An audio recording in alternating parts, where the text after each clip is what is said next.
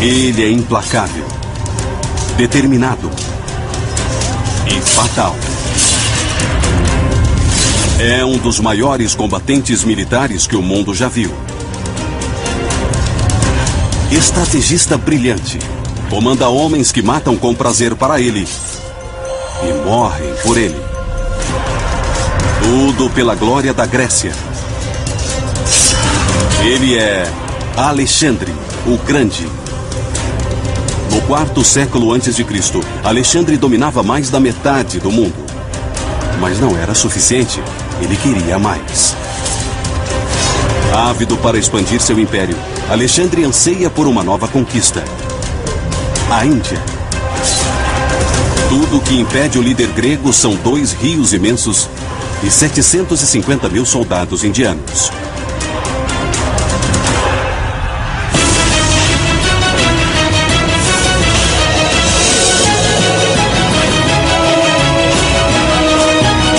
Batalhas antes de Cristo.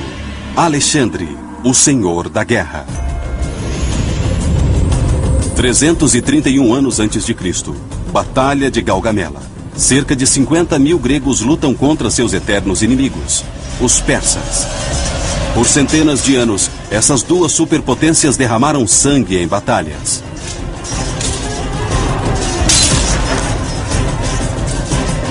Os gregos têm a metade de homens. Mas neste dia de outubro, eles terminam vitoriosos e transformam a trajetória da história.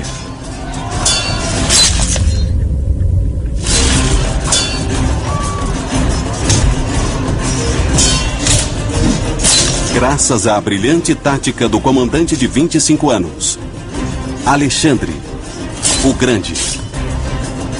Agora é a sua hora. Alexandre tem uma espécie de aura maior que ele. Ele é bonito, musculoso e extremamente carismático. Suas tropas praticamente o idolatravam. Em menos de 5 anos, ele conseguiu organizar um grande plano estratégico na Grécia para invadir a Pérsia e destruir o Império Persa. Em 5 anos, ele conseguiu eliminar a oposição e finalmente foi capaz de forçar uma batalha terrível, onde hoje fica o Iraque, na Batalha de Gaugamela. Ele destruiu os últimos remanescentes do exército persa e, pela conquista, virou o imperador de toda a Pérsia. Há quem diga que a genética de Alexandre justifica sua grandiosidade. Acreditam que ele seja descendente de Hércules pelo lado do pai e de Aquiles pelo lado da mãe. Agora o império de Alexandre se estende da Grécia para o Egito, até o atual Afeganistão. Um dos maiores impérios do mundo. Mas o apetite de Alexandre pelo poder e glória é insaciável. 5 anos depois de derrotar os persas, ele está pronto para um novo oponente. Com seu exército de 32 mil homens, ele se posiciona na margem do rio Indo, pronto para a próxima conquista. A Índia. Foram 8 longos anos para Alexandre, que nem tinha 30 anos ainda. Agora, ele era imperador da Pérsia depois de derrotar o poderoso Império Persa em uma campanha muito sangrenta. Era o faraó do Egito. Nem precisou levantar a espada lá, eles desistiram. Agora ele ia bater na porta da Índia. De uma perspectiva geográfica e estratégica, o problema era que para chegar à Índia seria preciso atravessar 2 grandes rios, o Indo e o rio Hidáspes. Para a maioria dos exércitos, esses rios eram grandes demais para atravessar. Mas não para Alexandre, cuja perspicácia e planejamento são lendários. 2 anos antes, ele pediu para construtores de navios que fossem até a costa da Síria construírem barcos que pudessem levar suas tropas ao rio Indo. Quando Alexandre atravessa o rio Indo, ele se depara com o rei Ambi, líder de Taxila. Taxila é a capital do país de Punjab, que fica entre o rio Indo e o Hidáspes. Ambi tinha 2 opções. Podia lutar e ver sua cidade destruída e provavelmente ser enforcado. Alexandre era conhecido por fazer exibições de seus líderes oponentes em mortes lentas, dolorosas e muito públicas. Ou ele podia colaborar, preservar a cidade e, quem sabe, até salvar seu reino. Ambi sabiamente evita o confronto. Alexandre atravessa o rio e domina facilmente Taxila, tornando-a a base de operações para a invasão da Índia. O próximo obstáculo é atravessar o segundo rio, Hidáspes. São 160 quilômetros, que já foram contabilizados por Alexandre. O exército não podia carregar barcos grandes por 160 quilômetros da Índia até o Hidáspes. Então quebraram em pedaços e transportaram as peças. Eles eram barcos desmontáveis, cuja carcaça podia ser feita e o revestimento transportado em baldes de marinheiros individualmente. Era só atravessar o rio e montar todas as coisas alguns dias antes. Alexandre leva 2 meses para chegar ao rio Hidáspes. Ele comanda 23.000 infantarias e 9.000 cavalarias. Um exército leal, comprometido. Muitos estavam com Alexandre desde o início, atraídos pelo poder de sua personalidade e sonhos de glória. Eles lutavam por honra e glória individuais. Todos os seus mitos eram de grandes guerreiros, desde Agamenon 1000 anos antes até Aquiles, Hércules. Todos eles foram grandes guerreiros. Conseguiram tudo porque eram grandes guerreiros. Então, essencialmente, ser um herói para o Alexandre, ser um guerreiro profissional, buscando sempre mais e mais glória, acho que psicologicamente isso virou seu ideal de vida. O adversário de Alexandre do outro lado do rio Hidáspes é um guerreiro igualmente orgulhoso e valente. O rei Porus, de Paurava. Porus vem de uma geração de reis guerreiros. Com 1,80 m de altura, Porus é gigante para os padrões do 4º século a.C. Em seu estilo de praxe, Alexandre I tentou a conquista diplomática. Ele convidou Porus para uma reunião. Alexandre estava praticamente oferecendo uma chance de evitar a destruição, se ele prestasse tributo e repassasse o trono pacificamente. Porus não só se recusa a se render, mas também desafia o lendário Alexandre o Grande para lutar. Ele diz: sim, eu vou te encontrar, no campo de batalha. Porus está preparado para defender seu reino a qualquer custo. Porus tinha sob seu comando cerca de 30.000 tropas de infantaria, 2.000 cavalarias e 300 carruagens. Mas ele tinha uma coisa que nem Alexandre nem os gregos tinham visto antes. Ele tinha 200 elefantes prontos para a batalha.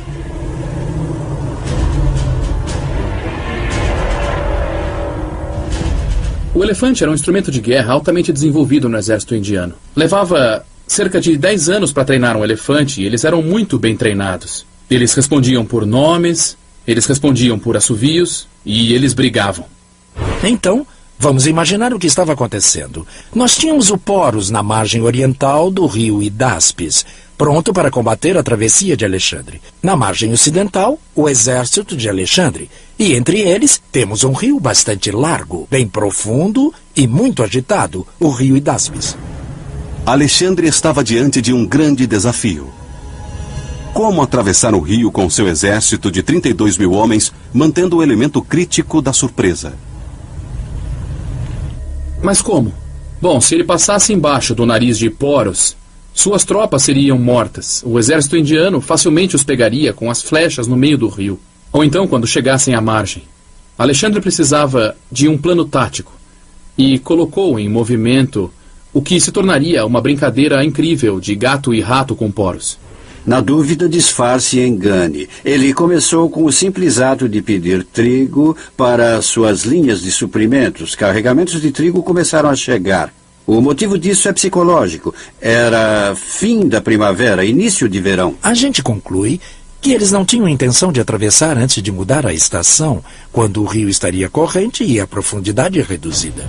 Agora que Porus estava convencido de que a guerra não aconteceria tão cedo, Alexandre mobiliza seus homens.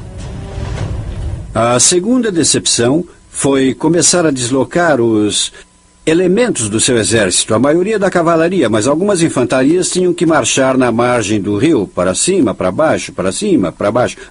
Inicialmente, O que isso indica, se você fosse o Porus? Que ele está buscando um local para atravessar. Ele podia agir mais tarde, mas estava procurando um lugar para atravessar. Isso é bom. Você descobre onde ele vai atravessar e depois vai posicionar suas forças contra ele. Então Porus puxou o exército e começou a seguir o Alexandre na margem oposta. Porus espelha seu exército todo no movimento das tropas gregas. Isso dura 1 a 2 semanas. E Alexandre sempre volta para o campo até Porus concluir que isso era inútil. Sabe, ele podia estar procurando um ponto para atravessar, mas não tinha por que movimentar o exército todo para cima e para baixo. Então, em vez de fazer isso, Porus instala piquetes do outro lado do rio. É exatamente o que Alexandre quer. Em seguida, ele ordena que seus homens iniciem o segundo passo de seu plano bem magistrado. A missão deles, lançar fogo, fazer barulho e chamar a atenção dos outros toda a noite. O que Alexandre faz, de novo, é condicionar o exército de Porus ao barulho na margem do rio. Alexandre então atinge uma vantagem tática muito importante. Qual seria essa vantagem? A habilidade de mover o exército do seu lado da margem do rio sem provocar uma resposta tática por parte do inimigo. Em essência, ele baixou o nível de ansiedade, baixou o nível de atenção de Porus e seu exército. Finalmente, após 2 meses sob o manto da escuridão, Alexandre afasta um contingente de tropas do campo. Como estava condicionado, Porus nem percebe.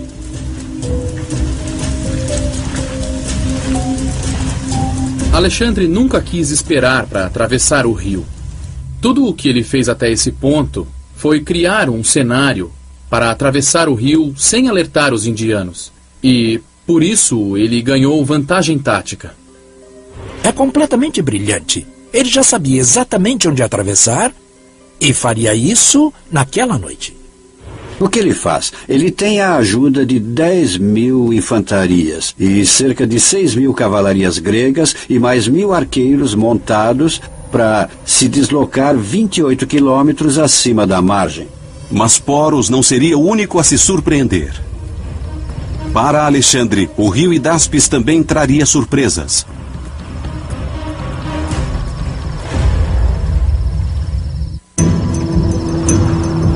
Meia-noite, 326 anos antes de Cristo. Alexandre o Grande está prestes a atravessar um rio na Índia com 20.000 soldados. Uma surpresa que levou 2 meses. Horas antes, Alexandre afastara suas tropas do campo principal acima do rio Hidáspes. É aqui onde eles vão atravessar. O exército de Alexandre é uma máquina de combates bastante experiente.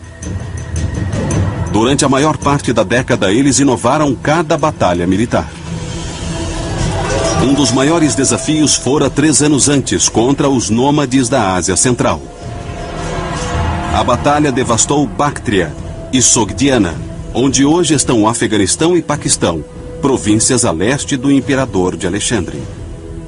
O problema de Alexandre com essas províncias mais afastadas do leste era que elas não eram estados-nações. Na verdade, elas aglomeravam tribos, tribos étnicas que lutavam entre si, como acontece hoje com o Paquistão e Afeganistão. Então ele queria, essencialmente, acabar com essas revoltas. Os asiáticos centrais eram tribos pastorais nômades ao redor do Mar Cáspio. Eram excelentes atiradores e durões. Isso era preciso para sobreviver nas montanhas do Afeganistão. Eles são mestres em arquearia montada. Mas Alexandre e seus homens não eram treinados nem equipados para sobreviver a esse tipo de ataque. O estilo grego era se movimentar de uma vez em uma falange. Várias fileiras de soldados juntos. Mas este novo inimigo, esses combatentes tribais da Ásia Central, usam arqueiros sobre cavalos que lançam flechas ligeiras fatais. Tudo que esses arqueiros usam é leve e móvel.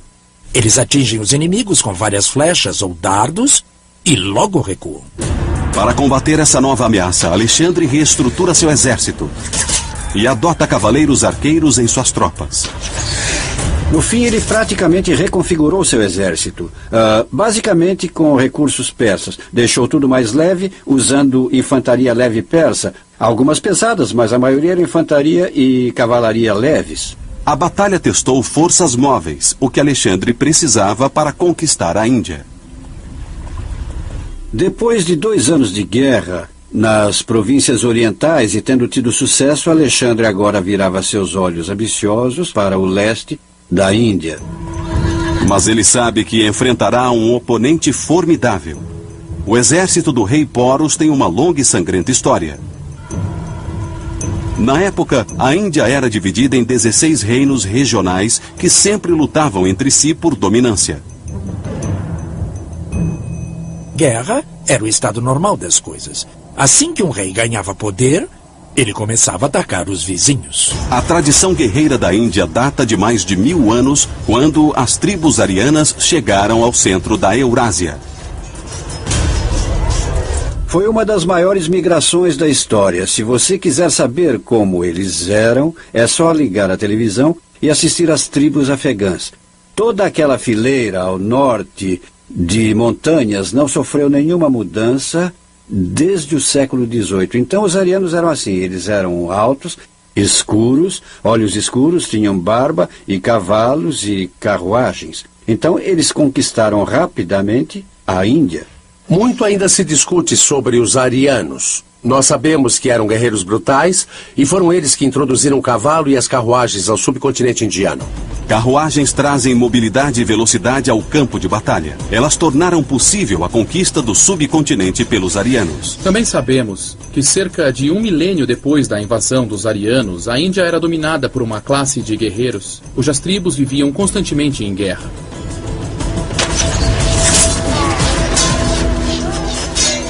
A Índia tinha muito ouro e depósitos de metais. Eles tinham recursos e habilidades para produzir armas sofisticadas como qualquer outro exército. No Ramayana, um épico indiano dos primeiros séculos antes de Cristo, o vilão, Ravana, é visto carregando 18 armas diferentes em suas múltiplas mãos. Ele tem um dardo, uma espada, 3 tipos diferentes de machados. Ele tem de tudo. Esse arsenal representa o que vários exércitos indianos normalmente usavam naquela época. Os reinos antigos da Índia realmente aperfeiçoaram a arte da guerra. Uma arte que Porus dominava. Agora ele aguarda para defender a Índia contra seu mais novo invasor, Alexandre. Porus acredita que ele ainda tem tempo para descobrir quando Alexandre atravessará o rio. Mas está enganado. Alexandre está atravessando o rio agora, 27 quilômetros acima.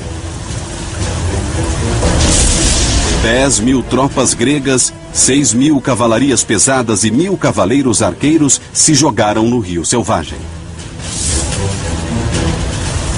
Chovia, era madrugada e havia nuvens. Estava tudo preto. E eles mergulharam nessas águas violentas quase cegamente. Absolutamente assustador. A corrente agitada atinge os barcos frágeis dos gregos.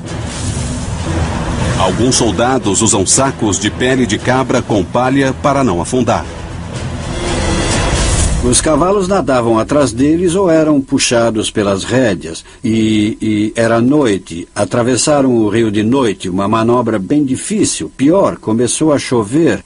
E o vento começou a soprar. Uma tempestade horrenda se iniciou e acabou sendo vantagem para o Alexandre, porque disfarçava o barulho deles e mantinha os piquetes de Porus escondidos. Alexandre está certo de que escolheu bem o ponto de travessia.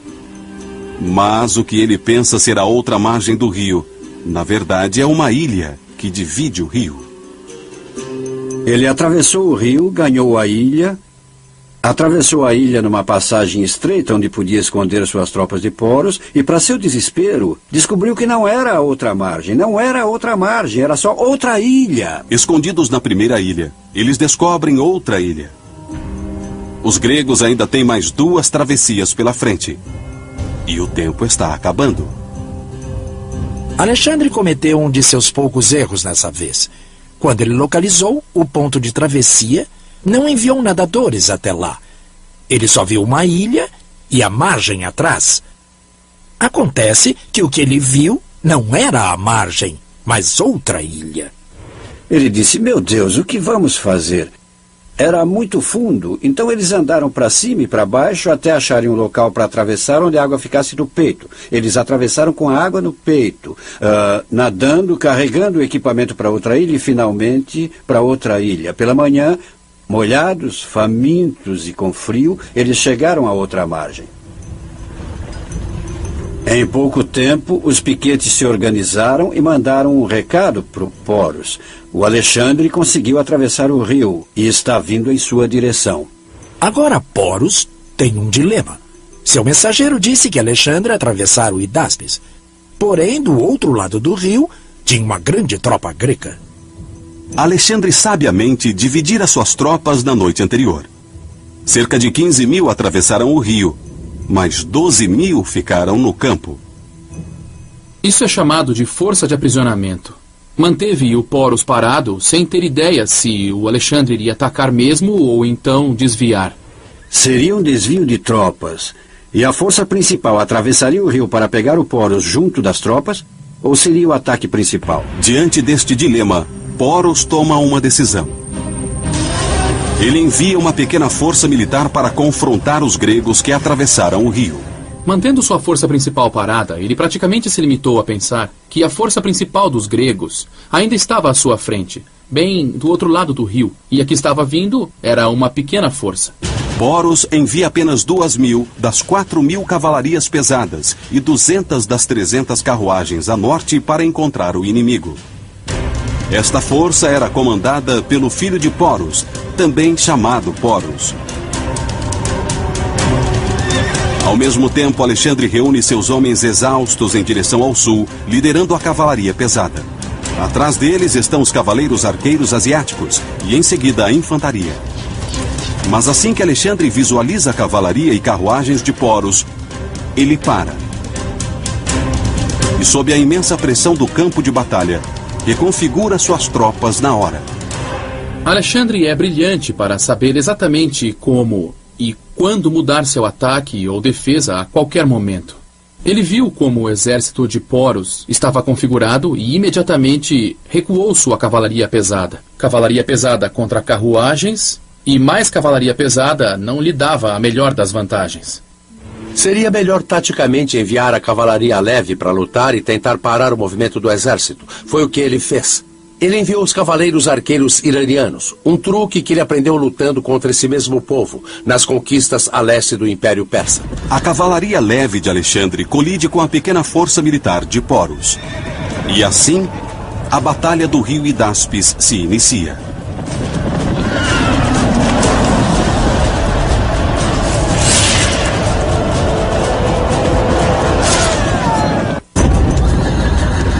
...326 anos antes de Cristo, a Batalha do Rio Hidáspes, uma das mais brutais da história, começou.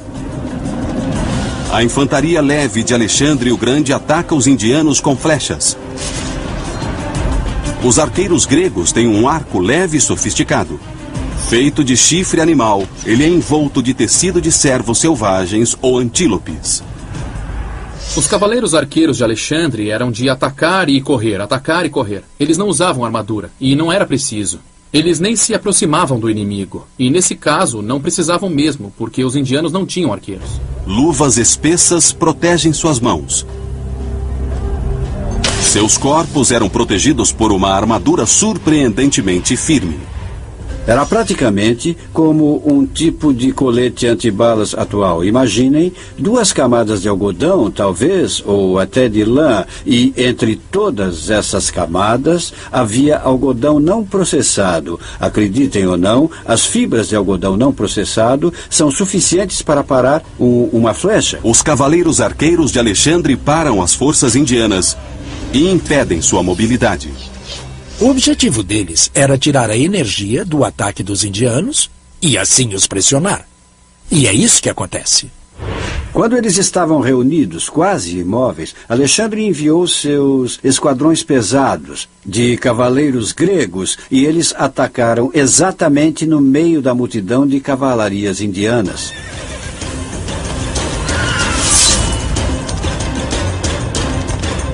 O copes foi criado para abate. Ele tem uma lâmina inclinada para dar o máximo de impacto em um ataque por baixo. Uma vez instrumento de açougue, funciona bem com carnes e inimigos. Os arqueiros indianos lançam uma torrente de flechas contra as tropas de Alexandre. Mas um pequeno escudo de madeira, coberto de bronze, protege as tropas gregas. As flechas indianas cumprem seu papel, mas as condições do campo de batalha favorecem Alexandre. A chuva do dia anterior transformou o campo de batalha em pura lama. As carruagens pesadas não conseguiam manobrar suas rodas de ferro. São totalmente inúteis na lama. Os indianos estão em menor número e menos equipados. Cerca de 500 cavaleiros indianos são mortos.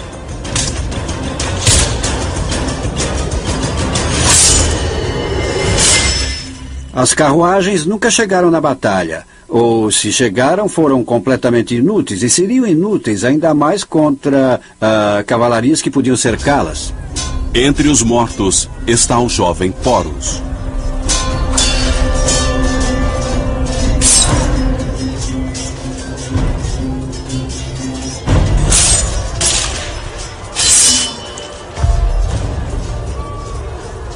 Então Alexandre basicamente destruiu e tirou de cena aquela força de reconhecimento que o Porus havia mandado. Os sobreviventes recuaram para o campo de Porus. Eles contaram que seu filho estava morto e que Alexandre estava liderando as tropas principais. E que estavam a caminho. Agora, Porus entende que o contingente grego do outro lado do rio era apenas uma força fixa para paralisá-lo.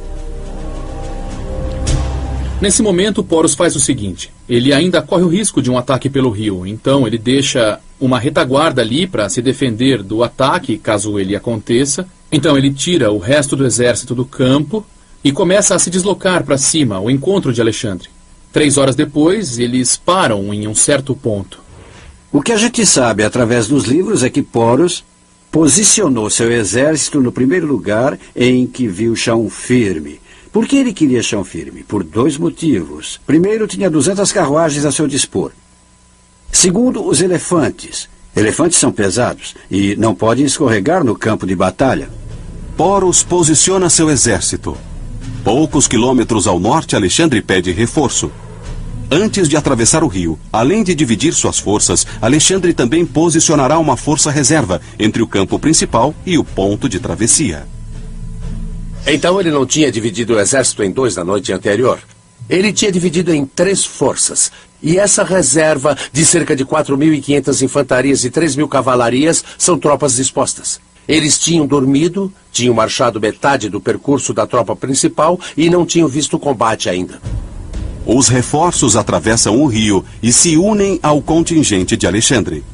Então agora sabemos o tamanho da força das tropas de Alexandre. Algo aproximado a 8.000 cavalarias e algo aproximado a 15 ou 16 mil infantarias. Mas os homens de Alexandre estão muito dispersos. A cavalaria está à frente, com as tropas exaustas horas atrás.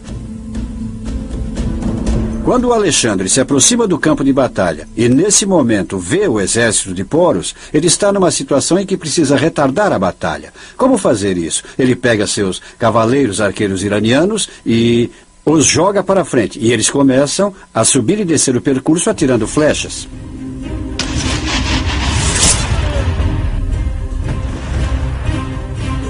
Esta é a hora em que Porus devia ter atacado. Talvez não estivesse pronto. Talvez ele não estivesse em seu momento mais agressivo. Não sabemos. Mas parece que ele ia aceitar a batalha que Alexandre começaria. Porus deu tempo para que as tropas de Alexandre chegassem e estudassem a formação do seu exército. À frente, uma fileira de 200 elefantes de guerra. Atrás dos elefantes, uma fileira ainda maior de 30.000 tropas. E em cada ponta, uma brigada de 1.000 cavalarias para proteger os flancos. A infantaria de Alexandre tinha metade de homens. Então, melhor era fazer uma luta de cavalarias em vez de infantarias. Tem um problema. Elefantes. O historiador romano Cúrcio descreve a cena. As bestas estavam posicionadas entre fileiras de homens armados, a uma distância gigantesca, enquanto o próprio Porus quase excedia o tamanho da estatura humana. A besta em que estava montado parecia aumentar sua altura. A cavalaria macedônia nunca tinha visto tantos elefantes. Agora, os combatentes individuais não eram tanto problema, eram os cavalos. Os cavalos não conheciam aqueles elefantes e o cheiro, som e visão deles apavoraram a cavalaria macedônia. Alexandre precisa rever seu plano tático para usar a cavalaria efetivamente. Ou esta batalha, sua melhor chance de conquistar a Índia, será perdida.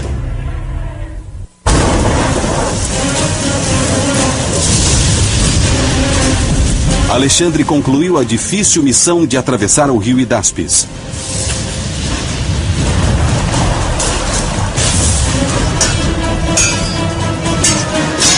Ele derrotou uma pequena força indiana.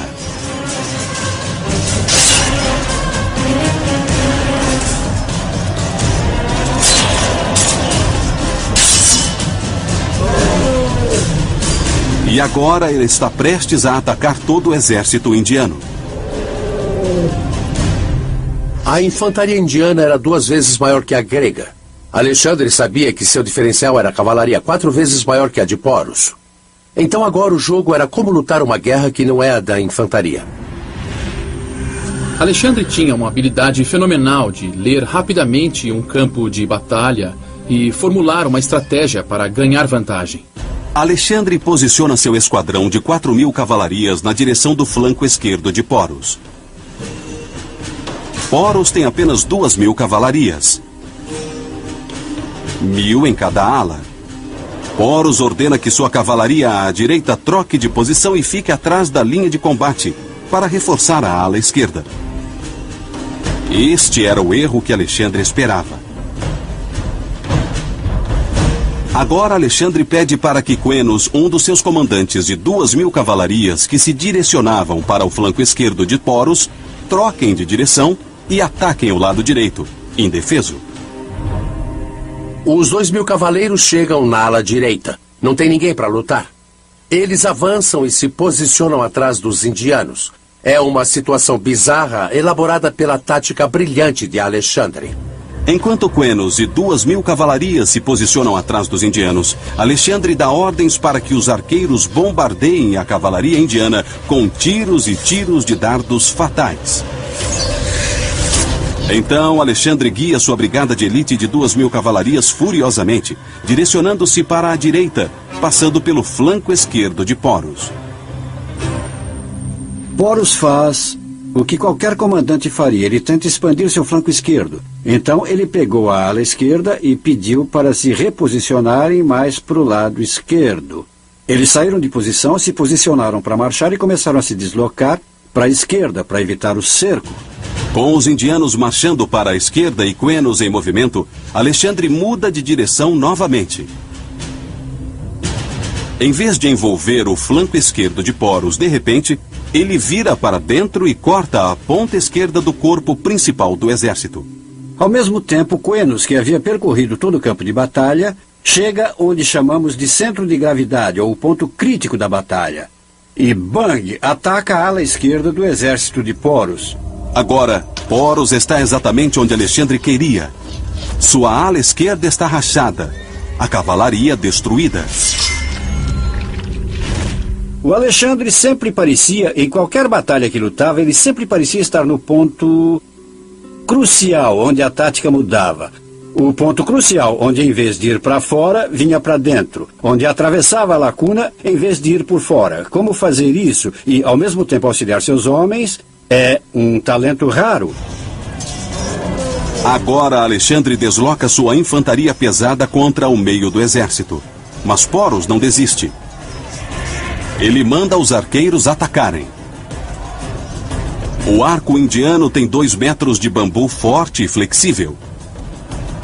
Para estendê-lo totalmente, o arqueiro deve firmá-lo no chão e segurar com o pé.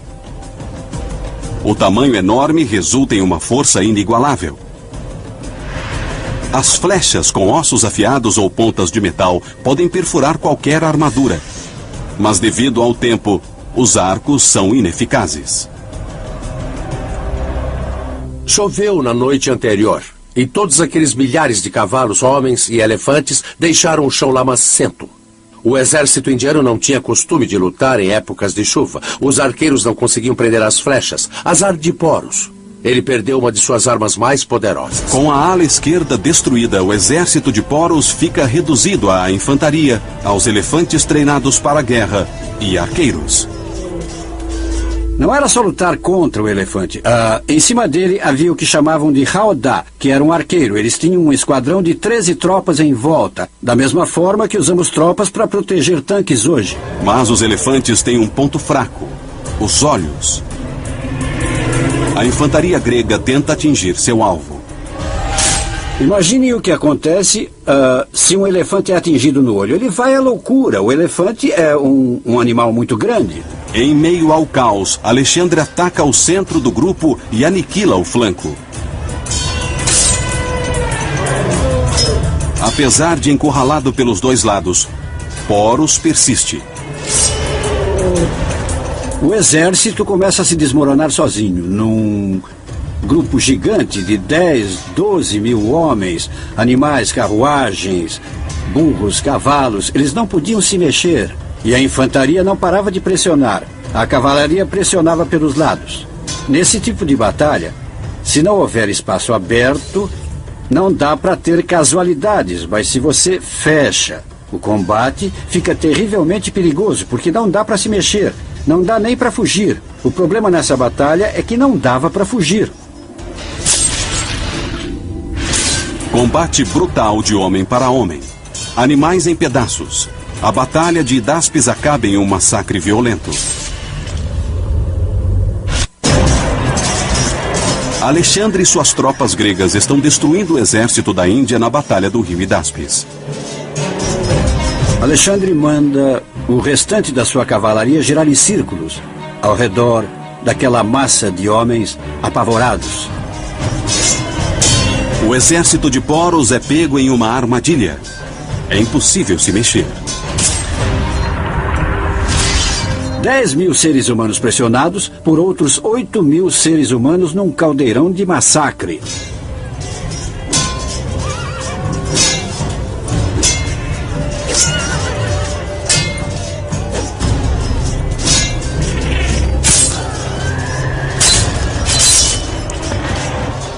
Os gritos de animais, os barridos de elefantes machucados, por exemplo, o relinchar de um cavalo em dor. Lembrem que se alguém caísse, se um cavalo escorregasse no chão ou acabasse se machucando, ou se por acaso um homem caísse do cavalo, estariam mortos.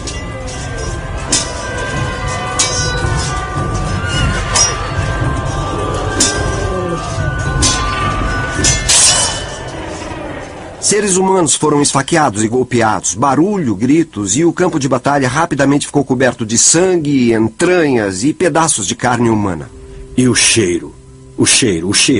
Os elefantes, quando se machucam, como muitos animais, defecam. Imaginem isso também. O barulho e o cheiro e o terror humano eram completamente terríveis.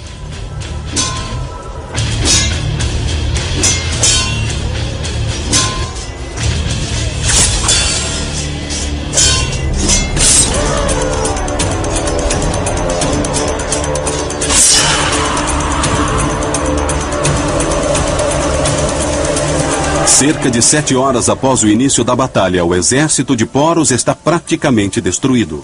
Mas Poros sobrevive. Não foram completamente destruídos, mas provavelmente 3/4 do exército foi morto.